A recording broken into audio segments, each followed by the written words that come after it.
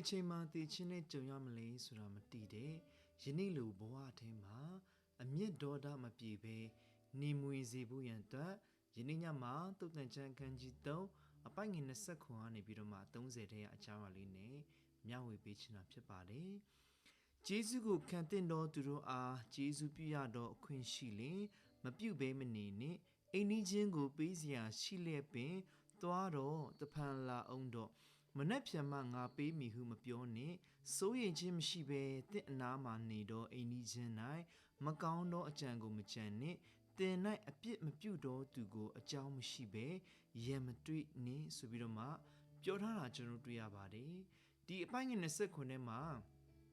ကျွန်တော်ဂျေဇုကိုခံတဲ့သူတွေကိုဂျေဇုပြုဖို့ရန်အတွက်အခွင့်ရှိတယ်ဆိုရင်ဂျေဇုပြုဖို့ရန်အတွက်တိုက်တွန်းထားတာကျွန်တော်တွေ့ရပါတယ်။သူရဲ့မူလစကားလုံးဟေဘရဲစကားလုံးထဲမှာကတော့ကျွန်တော်တို့ပိုင်ဆိုင်တဲ့ကောင်းသောအရာဆိုပြီးတော့မှပြောထားတာကျွန်တော်တွေ့ရပါတယ်။ဒီမှာကျွန်တော်တွေ့ရတဲ့အရာကနူးညံ့တိမ်မွေ့ခြင်းနဲ့ဂျေဇုပြုခြင်းရဲ့စိတ်တော်ထားကိုတွေ့ရမှာပဲဖြစ်ပါတယ်။ဒါကြောင့်မလို့တင့်စီမှာရှိတဲ့အကောင်းတဲ့အရာတွေကို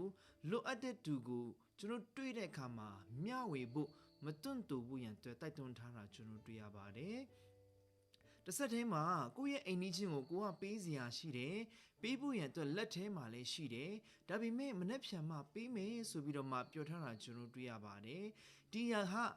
တစ်ဖက်လူရဲ့တောင်းဆိုမှုကိုနောက်နေစေပြီးတော့မှအချိန်ဆွဲခြင်းကမလိုအပ်တဲ့အားနည်းမှုကိုဖြစ်ပေါ်စေတာဖြစ်တယ်ဆိုတာကျွန်တော်တွေ့ရပါတယ်။ဒီထဲမှာအဓိကမိမောင်းထိုးပြထားတဲ့အရာကတော့အချိန်မီလှုပ်ဆောင်ခြင်းရဲ့တန်ဖိုးကိုအလေးပေးထားတာကျွန်တော်တွေ့ရတဲ့အတွက်ကျွန်တော်တစုံတစ်ယောက်ကိုကူညီဖို့လိုအပ်တဲ့အခါမှာတက်ကြွစွာဖြင့်ကူညီဖို့ရန်အတွက်ဒီကျမ်းစာလေးကမှာထားတာပဲဖြစ်ပါတယ်။ဒီအပိုက်ငယ်29ကနေ30ထဲမှာကျွန်တော်ဘာထပ်တွေ့ရတယ်လဲဆိုတဲ့အခါမှာကျွန်တော်တို့နေတဲ့ဒီပတ်ဝန်းကျင်ထဲမှာဒီကျွန်တော်တို့ရဲ့အိမ်နီးနားချင်းတွေနဲ့ငြိမ်းချမ်းစွာအတူရှင်တွဲနေထိုင်ဖို့ရန်အတွက်ကိုယ့်ရဲ့အိမ်နီးချင်းအပေါ်မှာ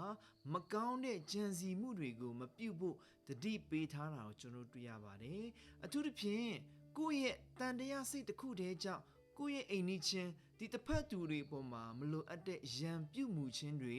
မလုပ်ဖို့ရန်အတွက်လည်းပြောထားတာကျွန်တော်တွေ့ရပါတယ်ဒါကြောင့်မလို့ဒီရဲ့ကျမ်းစာလေးကကိုယ့်ရဲ့လူမှုပတ်ဝန်းကျင်ထဲမှာ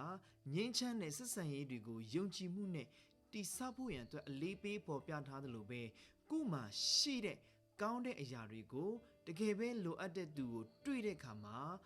မျှဝေဖို့မတွန့်တူဖို့ရန်အတွက်တိုက်တွန်းထားတဲ့နှုတ်ကပတ်တော်လေးဖြစ်ပါတယ်။ဂျာနာတူရောက်စီတဲ့ဘက်မှာဖျားခင်သားရေကောင်းချီးပေးပါစေ။